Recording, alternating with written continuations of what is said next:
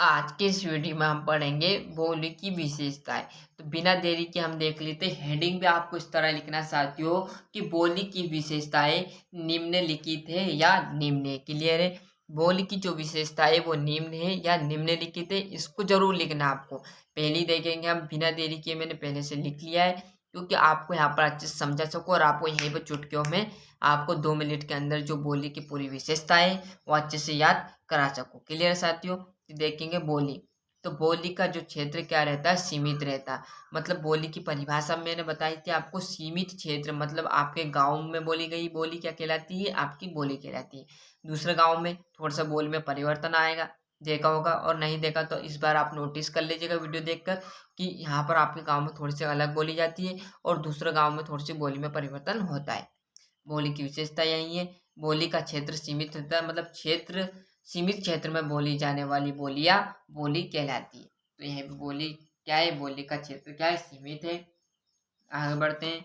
यहाँ बोलचाल की घरेलू भाषा है, मतलब बोलचाल आप किसी से गाँव में बोल रहे हो, यह तो घरेलू भाषा हुई। क्लियर है? तो आप किसी से हर किसी तरह बात कर सकते हो। क्लियर है? गाँव में तो यहाँ बोलचाल की घरेलू भाषा मतलब घर की तरह भाषा है। क्लियर है? तो बोली का क्षेत्र क्या सीमित होता है। नंबर 2 है, यहाँ बोलचाल की घरेलू भाषा मतलब घरेलू भाषा की तरह है।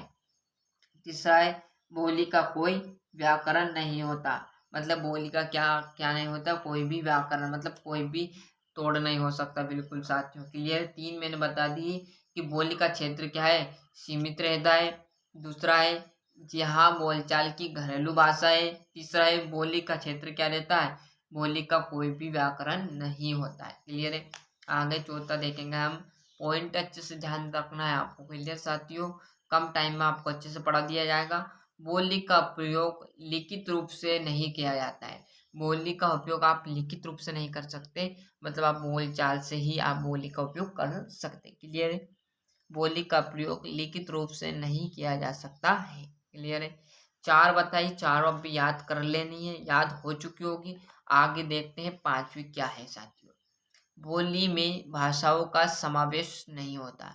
मतलब जो बोली है, बोली में भाषा कभी भी इंटरफेस नहीं करेगी, मतलब कभी भी उसमें घुसने की कोशिश नहीं करेगी, किसी भी तरह उसमें नहीं जाएगी। तो बोली में भाषाओं का क्या होता है, समावेश नहीं होता। क्लियर है? क्या कहा वो भी आपको ध्यान रखना है मैंने आपको। इसका साहित्यिक रचना कम होती है। इनकी जो बोली की साहित्यिक रचना है वो क्या होती है, कम होती, मतलब कम होती है। तो अच्छे से यहाँ से 7वीं भी देख लीजिए। 7 बता दिया आपको। वीडियो बड़ा लगा हो तो आपको यहाँ पर क्षमा मांगता हूँ, पर आपको अच्छे से समझ में आ जाए। बोली की आपके 5 विशेषताएं मैंने आपको 7 बता दी। आपको 6 तो लिख के ही आना है। क्लियर? क्योंकि आपको 6 याद करना है। 7 मैंने एक्स्ट्रा लिख कर दी, 6 आपको इसलिए याद करना। 5 नंबर पूछेगा, यदि आप वहाँ पर परीक्षा हाल में एक भूल भी गए हो तो एक आपके पास एक्स्ट्रा लिखियो। क्लियर है? ऐसे आपको करना है। तो यहाँ निश्चित सीमा में प्रयोग होता है। तो अच्छे से यहाँ पर बोली की विशेषता है, तो एक बार और देख लीजिए और स्क्रीनशॉट ले लीजिए। बोली का क्षेत्र सीमित होता, मतलब क्षेत्र सीमित क्षेत्र में बोली जाने वाली बोलियां बोली कहलाती है। यहाँ बोलचाल की घरेलू भाषा मतलब साधारण बोलचाल, मतलब घर में भी आप और गाँव में भी एक जैसा बोलते हैं। बोली का कोई व्याकरण नहीं होता है। बोली का प्रयोग लिखित रूप से नहीं किया जा सकता है। बोली भाषाओं का क्या होता है, समावेश, मतलब भाषाओं का समावेश नहीं कर सकती, मतलब भाषाएं बोली में नहीं घुस सकती है। इसका साहित्यिक रचना कम होती, मतलब साहित्य में कम फैली हुई, क्योंकि ये बोली छोटी विस्तृत मतलब छोटे रूप होता है।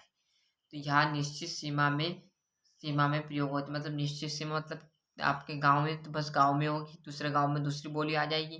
तो यहाँ निश्चित सीमा में प्रयोग होती, मतलब निश्चित सीमा मतलब निश्चित एक निश्चित है, मतलब गांव में तो गांव में बोली जाएगी, दूसरे गांव की थोड़ी सी अलग भाषा होगी, सॉरी बोली होगी। क्लियर है?